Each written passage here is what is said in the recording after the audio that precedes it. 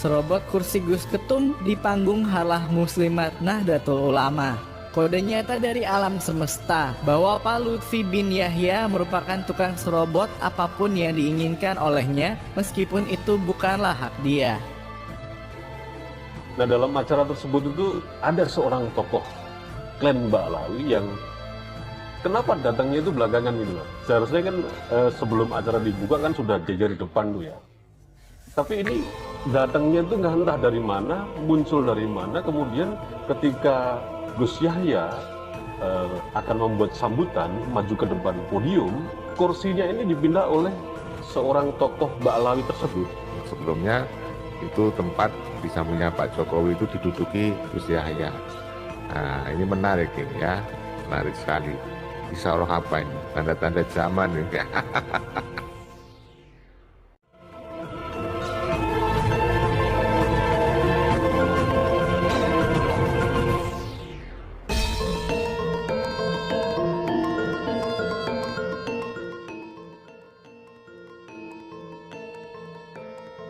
Jika Anda pernah mempelajari dan mendalami tentang ayat kauniyah atau ayat-ayat Allah yang ditampakkan kepada umat manusia melalui peristiwa alam semesta, atau dalam falsafah Jawa disebut dengan ilmu titen, ilmu yang diwariskan oleh leluhur kita dalam membaca fenomena-fenomena yang terjadi di sekitarnya, maka Anda akan paham dan tidak akan menganggap kita sedang mengada-ada mengenai peristiwa beberapa waktu lalu di acara Harlah Muslimat Nahdlatul Ulama.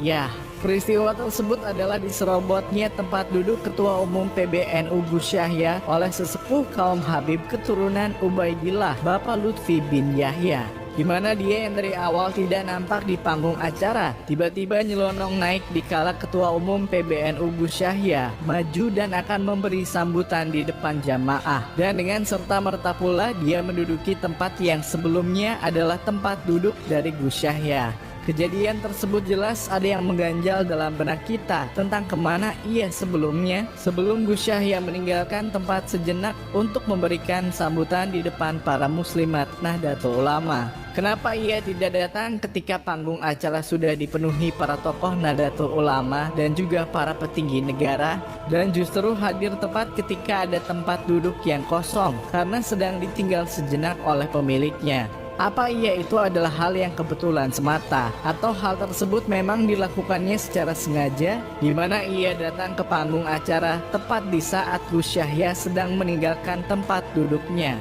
Dari segi adab dan etika, jelas yang dilakukan oleh Pak Lutfi bin Yahya juga sangat bertentangan dengan adab dan akhlak bangsa Nusantara, karena ia datang di tengah-tengah acara dan langsung menduduki tempat duduk orang lain tanpa permisi atau bertanya kepada pemilik sebelumnya. Tapi biarlah, kita tidak usah terlalu mempermasalahkan hal tersebut dan kita maklumi saja, sebab dia memang bukanlah keturunan asli Nusantara, sehingga sangat wajar jika ia tidak mewarisi adab dan tradisi luhur bangsa kita.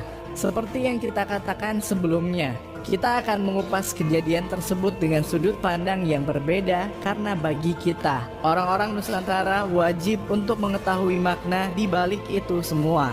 Kejadian diserobotnya tempat duduk Ketum PBNU oleh Lutfi bin Yahya. Meskipun secara kasat mata hal tersebut terlihat sepele dan dianggap sebagai kejadian yang biasa saja, namun bagi kita kejadian tersebut merupakan fenomena luar biasa, karena di situ Yang Maha Kuasa telah menampakkan ayat kauniyahnya supaya kita bisa membaca kode dari alam semesta tentang siapa sebenarnya Lutfi bin Yahya. Disuguhkannya kita akan pemandangan diserobotnya tempat duduk Ketum PBNU oleh Lutfi bin Yahya, dan itu terjadi di acara besar yang dihadiri oleh petinggi-petinggi negara, merupakan fenomena yang sangat luar biasa. Mengingat peristiwa sebelumnya, Pak Lutfi bin Yahya terindikasi menjadi otak dari pembelokan nasab para leluhur asli Nusantara yang ia jadikan sebagai leluhurnya, hingga menjadi otak pembelokan sejarah Nahdlatul Ulama yang diklaim bahwa berdirinya adalah atas inisiasi leluhur dia. Klaim-klaim sepihak dari dia yang tidak bisa dibuktikan secara data dan fakta sejarah, yang selama ini kita lawan dengan begitu kerasnya dan ternyata banyak ditentang oleh para mukibinnya yang tidak percaya. Akhirnya ditunjukkan kebenarannya oleh Yang Maha Kuasa melalui kejadian yang ditampakkan alam semesta berupa simbol sederhana bahwa Lutfi bin Yahya adalah tukang serobot sesuatu yang bukan hak dia. Al-Mukarram Bapak Kiai Haji Yahya Khalil Stakuf, disilahkan.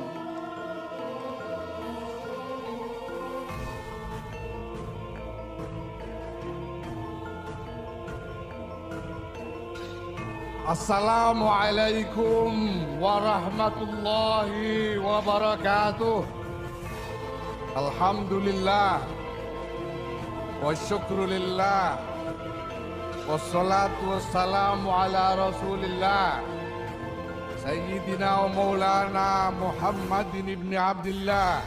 Kita nggak tahu apakah memang panggung itu sempit sehingga di awal acara tidak nampak tokoh klan Mbak Alawi tersebut. Tahu-tahu kelihatan dari ujung tuh berjalan. Wallahu a'lam. Tetapi yang pasti ketika datang, dia mungkin karena datangnya terlambat itu kemudian tidak mendapatkan kursi, sehingga ketika datang, nah kebetulan Gus Yahya itu sudah berdiri. Habib Lutfi datang.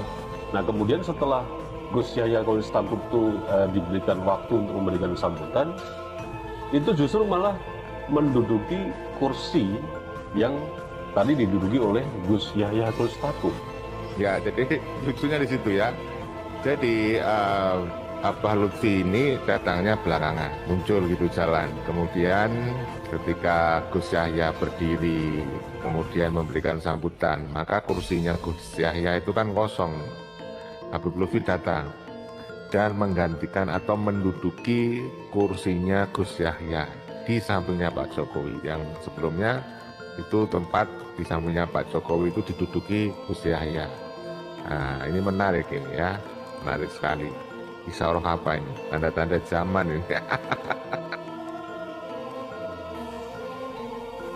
Ini adalah isyarat nyata yang ditampakkan kepada kita melalui kejadian natural alam semesta atau dalam bahasa agama. Yang Maha Kuasa telah menampakkan ayat kauniyahnya berupa simbol-simbol di sekitar kita agar kita membacanya menggunakan akal serta pikiran yang kita punya. Bisa jadi semesta memang sengaja menampakkan ini semua sebab sangat banyak orang Nusantara yang memilih untuk tidak percaya dan bahkan memilih untuk menutup hati mereka supaya akalnya tidak menerima kenyataan bahwa orang yang selama ini mereka puja-puja sejatinya telah banyak berbuat kejahatan di bumi Nusantara dengan memalsukan sejarah dan juga nasab para leluhur bangsa. Sudah sangat nyata di depan mata dan juga tidak bisa dibantah karena pihak Keraton Jogja yang diwakili oleh adik sang raja telah membantah kebohongan Lutfi bin Yahya yang mengatakan Panglima Perang Kesultanan Jogja adalah leluhur dia dan makamnya pun bukan ada di Semarang, Jawa Tengah, melainkan makam aslinya ada di Pleret, Yogyakarta. Data dan fakta sejarah primer baik eksternal maupun internal yang dimiliki oleh Kesultanan Jogja jelas telah membantah klaim dari Lutfi bin Yahya. Lalu atas dasar apa orang-orang lebih percaya dongeng Lutfi bin Yahya daripada data dan fakta sejarah yang dimiliki oleh Kesultanan Ngayogyakarta? Kemudian hal nyata yang seharusnya bisa membuat mata sekaligus hati orang-orang bisa terbuka adalah diklaimnya kerabat Kesultanan Jogja lainnya, yakni Pangeran Diponegoro beserta anak keturunannya. Yang mana klaim tersebut bukan hanya dari bin Yahya saja, melainkan ada klaim juga dari Ba'abud, salah satu marga Habib lainnya. Sehingga Pangeran Diponegoro beserta para keturunannya seolah menjadi rebutan antara klan Ba'abud dengan klan bin Yahya. Jika kita memiliki nalar yang sehat dan bisa berpikir dengan kejernihan hati dan juga pikiran kita, tentu saja kita akan paham bahwa yang diklaim oleh mereka jelas adalah kebohongan belaka. Belum lagi sejarah Nahdlatul Ulama yang ia katakan juga bahwa berdirinya organisasi tersebut adalah atas inisiasi dari leluhur dia, yang ternyata juga sudah dibantah secara data dan fakta sejarah sesungguhnya.